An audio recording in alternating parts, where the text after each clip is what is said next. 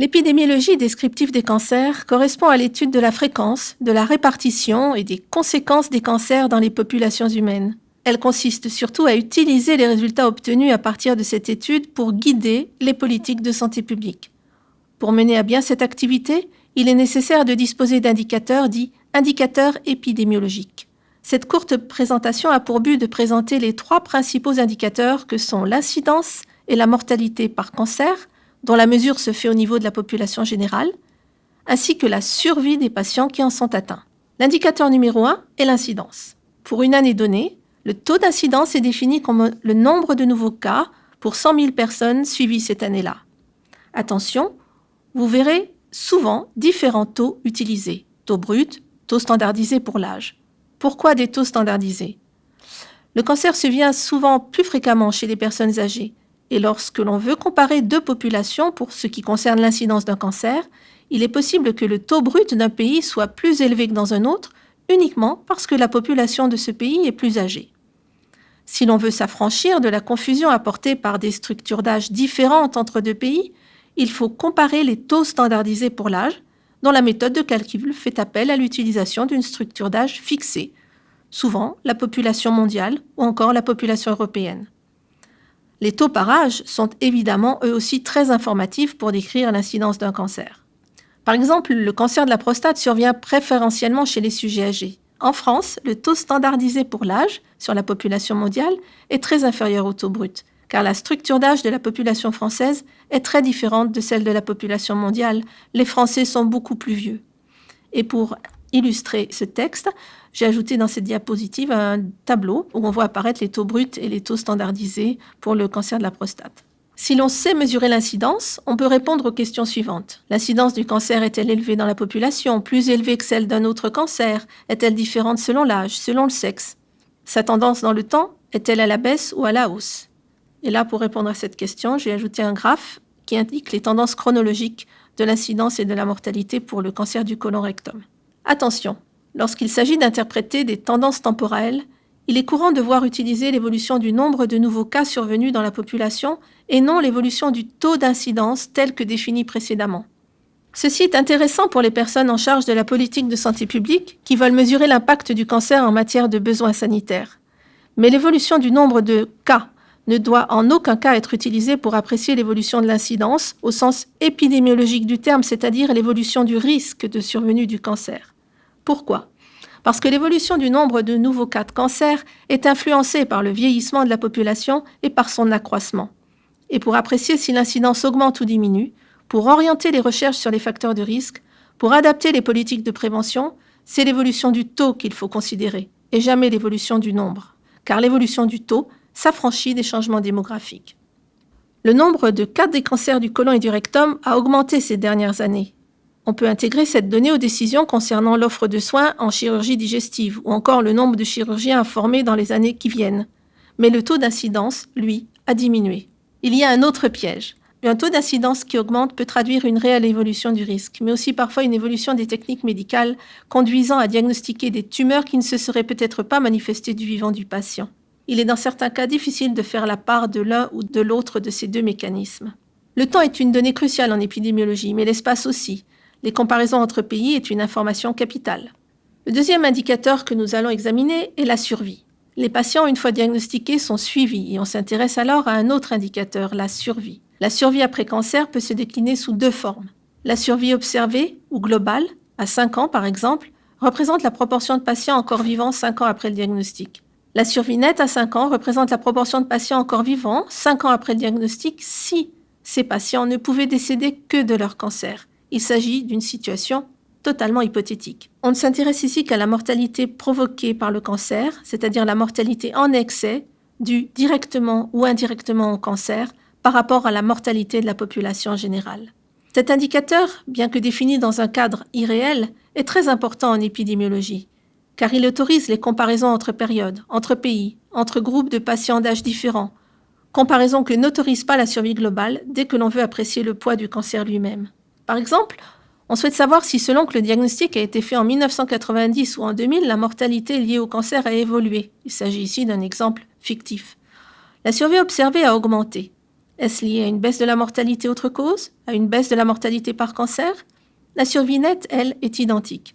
La mortalité par cancer est donc restée la même. On en déduit que c'est la mortalité autre cause qui a diminué. Un exemple d'application de la survie nette porte sur la comparaison des tendances de survie nette entre différents pays ou différentes régions. Vous voyez ici les résultats de l'étude Eurocare pour ce qui concerne les tendances de la survie nette à 5 ans en Europe après un cancer de la prostate. Ce graphe illustre parfaitement les disparités qui existent entre les différentes régions européennes. On voit notamment qu'en Europe de l'Est, la survie après cancer de la prostate reste inférieure à la moyenne européenne, même en fin de période. De nombreux pièges dans l'interprétation des tendances temporelles en survie peuvent se présenter, surtout quand elles augmentent. En voici un, parmi d'autres, qui est l'allongement mécanique de la survie pour les cancers dépistés. Voici sur cette figure très simple les différentes étapes marquant l'histoire d'une tumeur. La naissance, sa détectabilité, les symptômes, le diagnostic et éventuellement le décès. La survie étant le délai entre le diagnostic et le décès. Si les résultats thérapeutiques s'améliorent, la survie augmente et les décès sont éventuellement différés. On assiste alors à une augmentation de l'espérance de vie. Si le cancer est détecté précocement, le décès peut être retardé, mais la survie augmente, même si ce n'est pas le cas. Le dépistage peut éventuellement retarder le décès, là encore, mais de toute façon, le dépistage allonge mécaniquement la survie. Il ne faut donc jamais juger de l'efficacité d'un dépistage en population sur la survie des patients, mais sur la mortalité par cancer en population générale. La mortalité par cancer, troisième indicateur dont nous parlerons ici. La mortalité, c'est le résultat de l'incidence au niveau de la population et de la survie des patients. Conceptuellement, il s'agit de la force, de l'incidence avec laquelle la population meurt du cancer. L'indicateur est en général, pour une année donnée, le taux de mortalité défini comme le nombre de décès par cancer pour 100 000 personnes suivies cette année-là. Il y a très longtemps, les épidémiologistes n'avaient que cet indicateur à disposition pour mesurer le poids du cancer, car les registres du cancer n'existaient pas. Si parfois les tendances de mortalité reflètent bien ce qui se passe pour l'incidence, parfois en revanche ce n'est pas du tout le cas. Pour les cancers de bon pronostic, les décès observés une année donnée correspondent à des cancers dont la date de diagnostic est bien antérieure. Incidence, mortalité, survie sont donc les trois indicateurs clés utilisés en épidémiologie des cancers. Une politique de santé publique contre un cancer est efficace si des programmes de prévention permettent de réduire l'incidence, si des progrès thérapeutiques permettent d'allonger la survie et si l'ensemble des actions menées conduit à une diminution de la mortalité par cancer dans la population. Et il faut toujours examiner la situation épidémiologique d'un cancer en tenant compte de ces trois indicateurs. Voici un exemple d'interprétation conjointe de ces trois indicateurs. On voit sur ce graphe une augmentation très importante de l'incidence du cancer du poumon chez la femme, accompagnée d'une très importante augmentation également de la mortalité par cancer du poumon. La survie, elle, est restée basse depuis le début de la période examinée dans cet exemple, qui était 1989. La survie, elle, s'est peu améliorée ces 20 dernières années. Si l'incidence d'un cancer dans la population augmente et que la survie progresse pas ou peu, alors la mortalité augmente. Il s'agit d'une configuration extrêmement défavorable et pour le cancer du poumon chez la femme, cette configuration est celle que nous constatons en France. Comment ces indicateurs sont-ils produits? L'incidence et la survie sont estimés à partir des données des registres de cancer qui couvrent un peu plus de 20% de la population française. Il s'agit du réseau français des registres de cancer, le réseau Francim. Les données de mortalité par cancer pour la population française sont gérées par le CEPIDC de l'INSERM. Elles sont disponibles au niveau national. Un travail de modélisation statistique est nécessaire pour fournir toutes ces estimations. La modélisation statistique permet de stabiliser les estimations en éliminant les fluctuations aléatoires existant parfois dans les données, de rendre compte de l'impact des variables fondamentales que sont l'âge et l'année de naissance sur ces indicateurs, de réaliser des projections, de réaliser des estimations à l'échelon national, régional et départemental.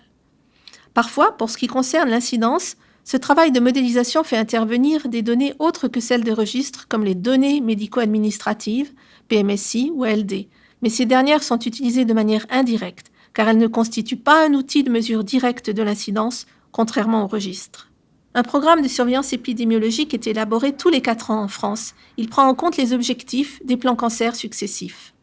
Une fois estimés tous ces indicateurs, un travail crucial consiste à les interpréter. Nous avons vu que cette interprétation pouvait être complexe.